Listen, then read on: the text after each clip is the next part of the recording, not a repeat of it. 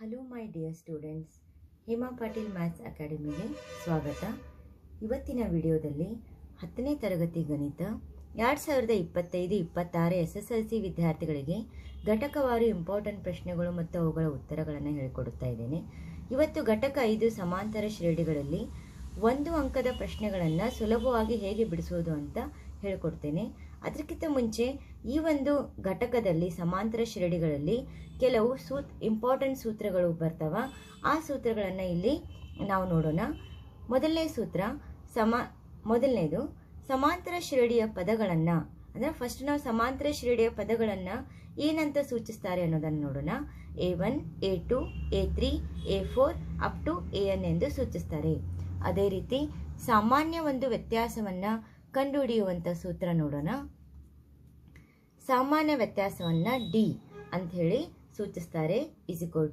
A2 minus A1 ಅಥವಾ A3 minus A2 ಅಥವಾ AN minus AN-1 ಅಂತ. ಇದು ಸಮಾಂತರ ಶ್ರೇಣಿಯಲ್ಲಿ ಸಾಮಾನ್ಯ ವ್ಯತ್ಯಾಸ ಡಿ ಕಂಡುಹಿಡಿಯುವಂಥ ಸೂತ್ರ ಆಗಿದೆ. ಸಮಾಂತರ ಶ್ರೇಣಿಯ ಸಾಮಾನ್ಯ ರೂಪ ಹೇಗೆ ಬರೆಯುವುದು? A plus d, A plus 2D, A plus 3D up to A plus N-1 into d ಎನ್ವರೆಗೆ. ಮುಂದೆ ಈ ಒಂದು ಸಮಾಂತರ ಶ್ರೇಣಿಯ ಮೊದಲ ಪದವನ್ನು ಎ ಅಂತ ಕರೀತಾರೆ ಮತ್ತು ಸಾಮಾನ್ಯ ವ್ಯತ್ಯಾಸವನ್ನು ಡಿ ಅಂತ ಆದಾಗ ಅದರ ಮೊದಲನೇ ಒಂದು ಸೂತ್ರ ನೋಡೋಣ. ಈಗ ಸಮಾಂತರ ಶ್ರೇಣಿಯ ಎಣ್ಣನೇ ಪದ ಕಂಡುಹಿಡಿಯುವಂಥ ಸೂತ್ರ. ಇವೆಲ್ಲ ಸೂತ್ರಗಳು ಇಂಪಾರ್ಟೆಂಟ್, ಇದನ್ನು ಲಕ್ಷ ಕೊಟ್ಟು ನೋಡ್ರಿ. AN A plus bracket N-1 into D. ಮುಂದಿನ ಸೂತ್ರಕ್ಕೆ ಹೋಗೋಣ. ಮುಂದಿನ ಒಂದು ಸೂತ್ರ ಸಮಾಂತರ ಶ್ರೇಣಿಯ ಮೊದಲ n ಪದಗಳ ಮೊತ್ತ ಕಂಡುಹಿಡಿಯುವ ಸೂತ್ರ. ಅದು ಬರೀ ಮೊದಲ n ಪದಗಳನ್ನು ಕಂಡುಹಿಡಿಯುವ ಸೂತ್ರ ಆಗಿತ್ತು. ಇದು ಮೊತ್ತ ಕಂಡುಹಿಡಿಯುವ ಸೂತ್ರ. ಮೊತ್ತ ಕಂಡುಹಿಡಿಯುವ ಸೂತ್ರವನ್ನು SN ಅಂತ ಸೂಚಿಸ್ತೇವೆ. SN N/2 whole bracket 2A plus N-1 into d ಆಗಿದೆ.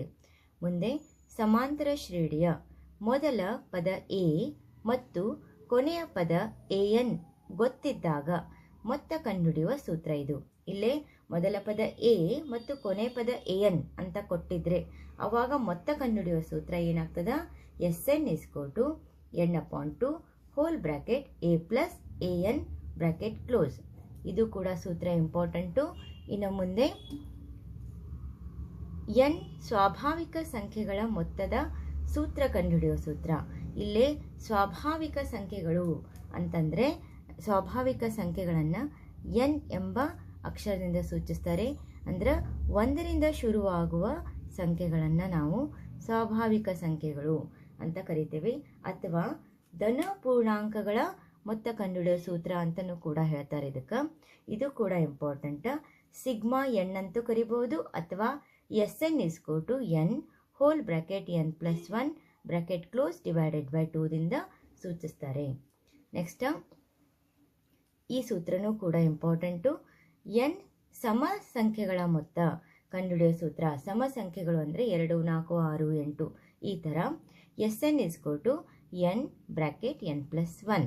ನೆಕ್ಸ್ಟ್ ಬೆಸ ಸಂಖ್ಯೆಗಳ ಮೊತ್ತ, n ಬೆಸ ಸಂಖ್ಯೆಗಳ ಮೊತ್ತ ಕಂಡುಹಿಡಿಯುವ ಸೂತ್ರ SN N².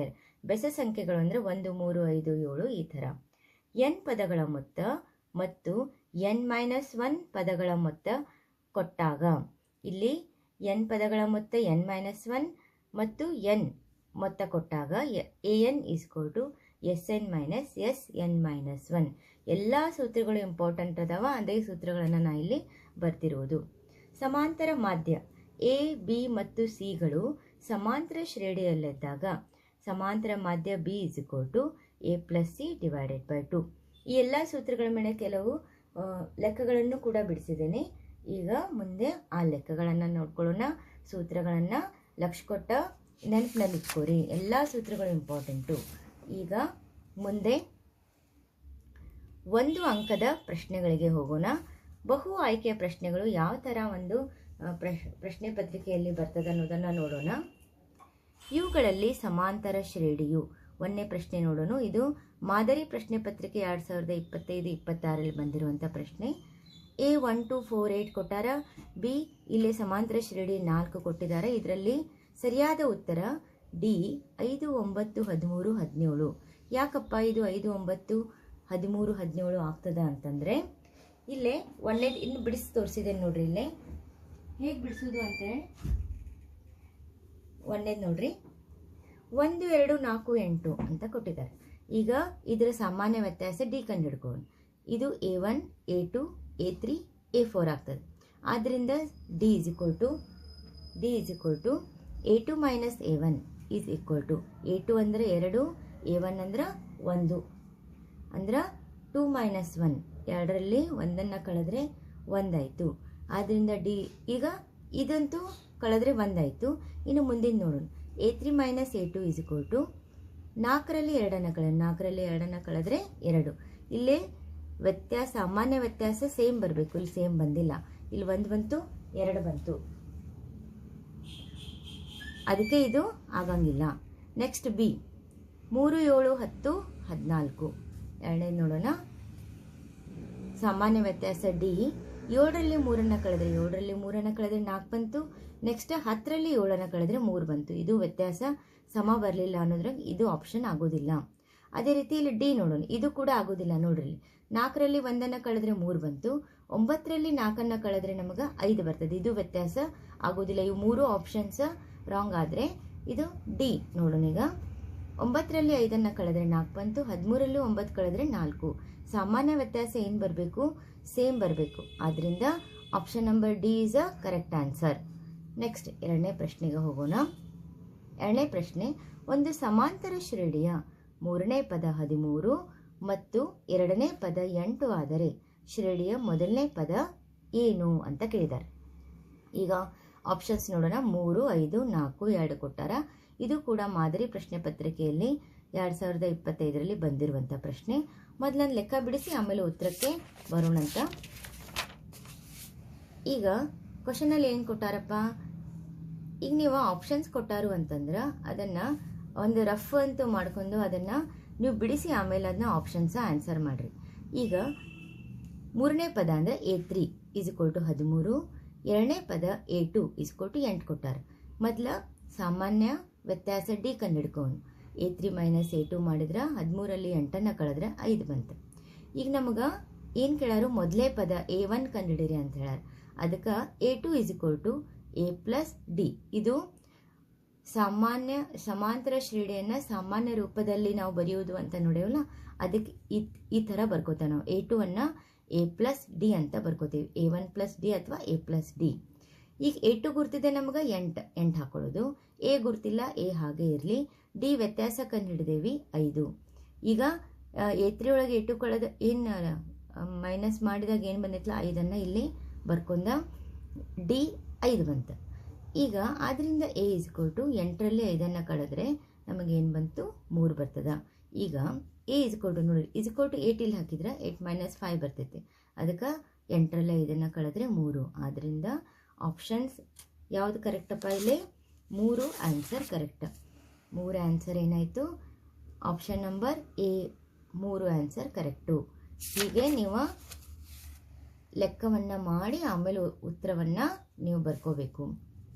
ನೆಕ್ಸ್ಟ್ 3ನೇ ಪ್ರಶ್ನೆ, 6x 14 ಇವು ಸಮಾಂತರ ಶ್ರೇಣಿಯಲ್ಲಿದ್ದರೆ ಎಕ್ಸ್ನ ಬೆಲೆ ಏನಾಗ್ತದ ಅಂತ ಕೇಳಿದ್ದಾರೆ. ಈಗ ಈಗಾಗಲೇ ನಾ ಸೂತ್ರದಲ್ಲಿ ಹೇಳಿದೆ ಅಲ್ಲ, ಅದ ಸೂತ್ರವನ್ನು ಇಲ್ಲಿ ಬಳಸ್ಕೋಬೇಕು. ಆಪ್ಷನ್ A 10 20 18 12 ಕೊಟ್ಟಾರ. ಇದು ಕೂಡ ಮಾದರಿ ಪ್ರಶ್ನೆ ಪತ್ರಿಕೆ 2025-26ರಲ್ಲಿ ಬಂದಿರುವಂಥ ಪ್ರಶ್ನೆ. ಹೇಗೆ ಬಿಡಿಸೋದು ನೋಡೋಣ. 6x 14 ಬರ್ಕೋದ. ಎಕ್ಸ್ ಬೆಲೆ ಕಂಡು ಹಿಡಿದೈತಿ. X is equal to 6 plus 14 ಇವೆರಡು ನಂಬರ್ಸನ್ನು ಏನು ಮಾಡೋದು? ಕೂಡಿಸ್ಕೋಬೇಕು. ಡಿವೈಡೆಡ್ ಬೈ 2 ಮಾಡಬೇಕು. 2 ಕೂಡಿಸ್ರಿ, ಇಲ್ಲಿ ಕಟ್ತಾ ಹೊಡಿಬೇಡ್ರಿ. 2 ಕೂಡಿಸ್ಬೇಕು. 6 14 ಕೂಡಿಸ್ರೆ 20 ಬಂತು. Divided by 2. 20 ಡಿವೈಡೆಡ್ ಬೈ 2 ಏನು ಬರ್ತೈತಿ? 2 1 2 10. ಆಪ್ಷನ್ಸ್ 10 ಬಂತು. ಇದು ಯಾವ ಸೂತ್ರ ಅಂದರೆ ಈಗಾಗಲೇ ಸಮಾಂತರ ಮಾಧ್ಯ ಕಂಡುಹಿಡಿಯೋ ಸೂತ್ರವನ್ನು ಹೇಳಿದ್ದೇನೆ. ಕೊನೆಗೆ b is equal to b ಅಂದರೆ ಮಧ್ಯದ ಸಮಾಂತರ ಮಾಧ್ಯ. B is equal to A plus c divided by 2 ಸೂತ್ರವನ್ನು ಇಲ್ಲಿ ಬಳಸಿದ್ದೇವೆ. ಈ ಥರ ಬಂದರೆ ಹೀಗೆ ಮಾಡಿ 2 ನಂಬರ್ಸ್ ಕೂಡಿಸಿ ಆದಿನ್ ಡಿವೈಡೆಡ್ ಬೈ 2 ಮಾಡಿ ಕಡ್ತಾ ಹೊಡೆದು ಆನ್ಸರ್ ಇಡೋದು. ಏಕದಮ್ ಈಸಿ ಇದೆ ಇದು. ನೆಕ್ಸ್ಟ್ 4ನೇ ಒಂದು ಪ್ರಶ್ನೆಗೆ ಹೋಗೋಣ. 5, 3, 1, -1 ಡ್ಯಾಶ್ ಡ್ಯಾಶ್ ಈ ಸಮಾಂತರ ಶ್ರೇಣಿಯಲ್ಲಿ ಸಾಮಾನ್ಯ ವ್ಯತ್ಯಾಸ ಏನು ಅಂತ ಕೇಳಿದ್ದಾರೆ. ನಾ ಎಲ್ಲ ಥರ ಒಂದೊಂದು ಕ್ವಶನನ್ನು ನಾನು ಏನು ಮಾಡ್ತಾ ಇದ್ದೀನಿ, ಇಲ್ಲಿ ಬಿಡಿಸ್ತಾ ಇದ್ದೀನಿ. ಅದಕ್ಕೆ ಲಕ್ಷ ಕೊಟ್ಟು ನೋಡ್ರಿ. ಇಲ್ಲೇ ಫಸ್ಟ್ ಸಮಾಂತರ ಶ್ರೇಣಿ ಬರ್ಕೋಣ. 5, 3, 1, -1 ಸಾಮಾನ್ಯ ವ್ಯತ್ಯಾಸ D = A1, A2, A3, A4 ಇದು. ಸಾಮಾನ್ಯ ವ್ಯತ್ಯಾಸ D A2 - A1 3 - 5.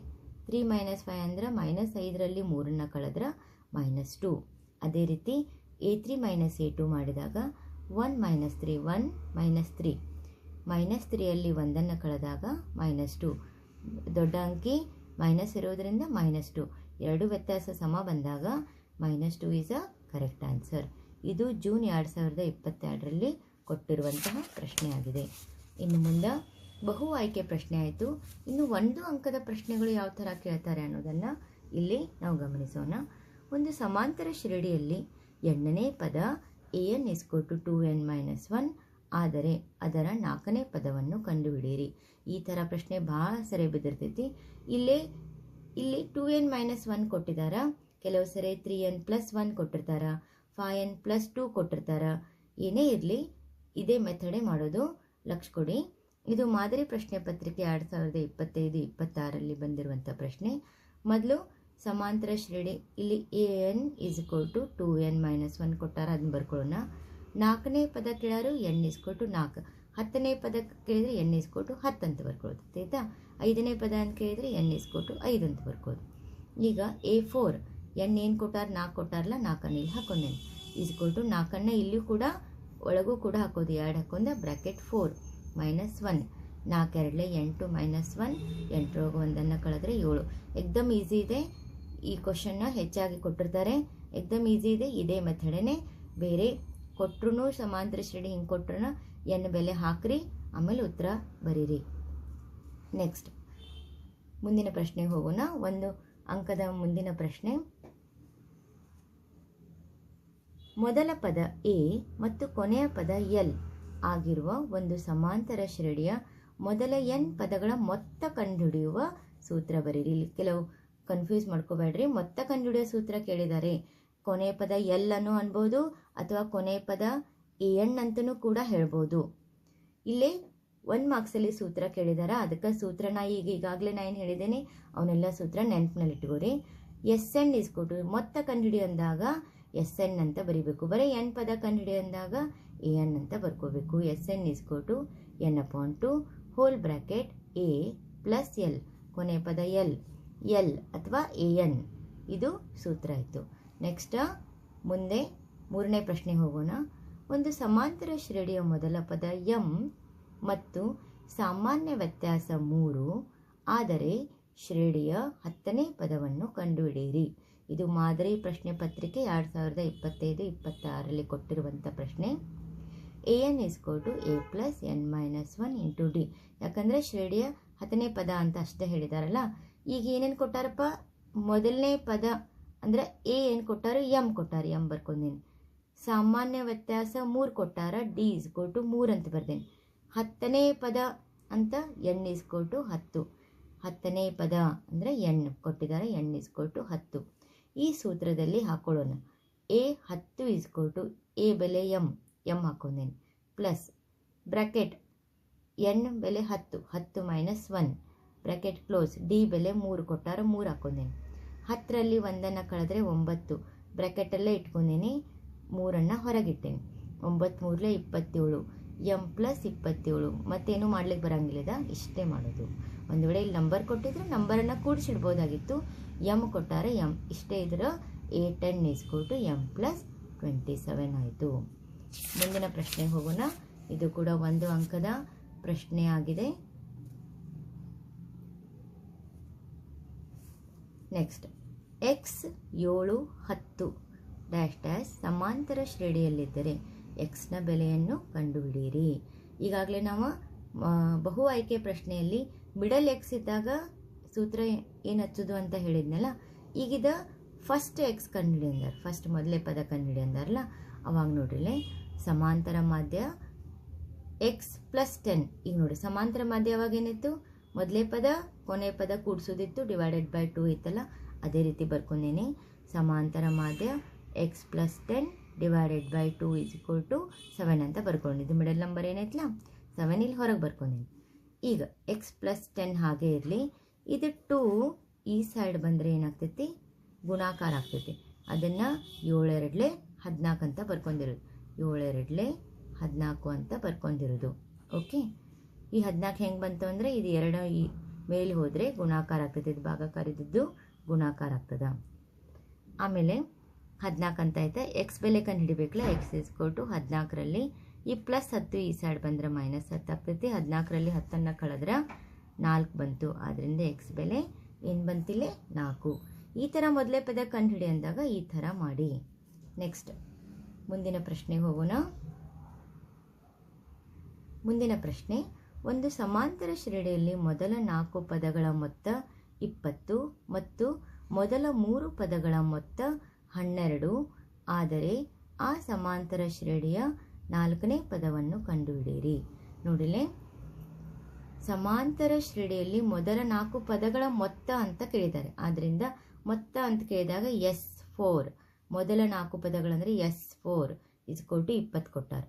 ಮೊದಲ 3 ಪದಗಳ ಮೊತ್ತ ಅಂತಂದಾಗ S3, ಮೊದಲ 3 ಪದಗಳ ಮೊತ್ತ S3 = 12. 4ನೇ ಪದ ಕಂಡುಹಿಡಿ ಅಂದರೆ n = 4. ಈಗ ಸೂತ್ರದ ಪ್ರಕಾರ ಈ ಥರ ಕೊಟ್ಟರೆ ಸೂತ್ರ ಯಾವ್ದು ಬಳಸಬೇಕು, an = Sn - Sn - 1, ಅಥವಾ ಇದು ಸೂತ್ರ ಬಳಸೋದು. A4 ಕಂಡುಹಿಡಿ ಅಂದ್ರೆ ನಾನು n ಬೆಲೆ 4, A4 = Sn ಅಂದರೆ S4 - S3 ಇದೆ, ಇವನ ಬೆಲೆಗಳನ್ನು S4, Sn ಅಂದ್ರೆ ಏನು S4, Sn - 1 ಅಂದರೆ S3. 20 - 12 ಇವನು 2 ಬರ್ಕೊಳ್ಳೋದು. 20 - 12, 20ರೊಳಗೆ 12 ಕಳೆದ್ರೆ 8, A4 ಬೆಲೆ 8. 1 ಅಂಕದ ಪ್ರಶ್ನೆ ಇದು ಕೂಡ. ಮುಂದೆ 6ನೇ ಪ್ರಶ್ನೆಗೆ ಹೋಗೋಣ. 6ನೇ ಒಂದು ಪ್ರಶ್ನೆ, ಒಂದು ಸಮಾಂತರ ಶ್ರೇಣಿಯಲ್ಲಿ 7ನೇ ಪದವು 4ನೇ ಪದಕ್ಕಿಂತ 12 ಹೆಚ್ಚಾಗಿದ್ದರೆ ಸಾಮಾನ್ಯ ವ್ಯತ್ಯಾಸವನ್ನು ಕಂಡುಹಿಡಿಯಿರಿ. ನೋಡಿಲ್ಲಿ, ಒಂದು ಸಮಾಂತರ ಶ್ರೇಣಿಯಲ್ಲಿ 7ನೇ ಪದ ಅಂದ್ರೆ A7 = 4ನೇ ಪದಕ್ಕಿಂತ 12 ಹೆಚ್ಚಾಗಿದ್ದರೆ ಅಂದ್ರೆ A4, 4ನೇ ಪದ ಅಂದರೆ A4 + 12 ಅಂತ ಬರ್ಕೋಬೇಕು. ಸಾಮಾನ್ಯ ವ್ಯತ್ಯಾಸ ಕಂಡುಹಿಡಿ ಅಂದರೆ A + 6D = ಇಲ್ಲಿ ನೋಡ್ರಿ, A7 ಅನ್ನು ನಾನು ಹೇಗೆ ಬರ್ಕೊಂಡೇನಿ, A + 6D. ಈಗ ನಾವು A1, A2, A3 ಅಂತ ಬರಿತೇವಲ್ಲ, ಅದನ್ನ ಸಾಮಾನ್ಯವಾಗಿ A2ಅನ್ನು A + D, A3ಅನ್ನು A + 2D, A4ಅನ್ನು A + 3D ಅಂತ ಬರ್ಕೊತೀವಿ. ಹಾಗೆ A7ಅನ್ನು A + 6D = A4ಅನ್ನು A + 3D + 12. ಇಲ್ಲಿ A ಕ್ಯಾನ್ಸಲ್ ಆಗ್ತದೆ, ಯಾಕಂದ್ರೆ A ಈ ಸೈಡ್ ಬಂತು ಅಥವಾ A ಈ ಸೈಡ್ ಬಂದ್ರೆ ಮೈನಸ್ ಆಗ್ತೈತಿ, ಕ್ಯಾನ್ಸಲ್ ಆಗ್ತೈತಿ. 6D ಹಾಗೆ ಇಟ್ಕೊಂಡು 3D ಈಚೆ ಕಡೆ ಬಂದ್ರೆ -3D ಆಗ್ತೈತಿ. 6D ಒಳಗೆ 3D ಕಳೆದ್ರೆ 3D, 12 ಹಾಗೆ ಉಳಿತೈತಿ. ಆದ್ದರಿಂದ D = 12 ಹಾಗೆ ಇರಲಿ. 3 ಗುಣಾಕಾರ ಐತಿ, ಇದು ಕೆಳಗೆ ಭಾಗಾಕಾರ ಆಗ್ತೈತಿ. 3 1 3 4 12, 3 1 3 4 12. ಆದ್ದರಿಂದ D ಬೆಲೆ 4. ಈ ಥರ ನಾನು 1 ಅಂಕದ ಪ್ರಶ್ನೆಗಳನ್ನು ಎಲ್ಲ ಥರ ಒಂದೊಂದು ಪ್ರಶ್ನೆಗಳನ್ನು ನಾನು ಬಿಡಿಸಿದ್ದೇನೆ. ಈ ಒಂದು ವಿಡಿಯೋವನ್ನು ನೋಡಿ ಅಂತ ಹೇಳ್ತಾ ನನ್ನ ಒಂದು ಇದು ಇವತ್ತಿನ ಒಂದು 1 ಅಂಕದ ಪ್ರಶ್ನೆಗಳನ್ನು ಹೇಳಿದ್ದೇನೆ. ಇವತ್ತಿನ ವಿಡಿಯೋವನ್ನು ನಾನು ಮುಕ್ತಾಯಗೊಳಿಸ್ತೀನಿ.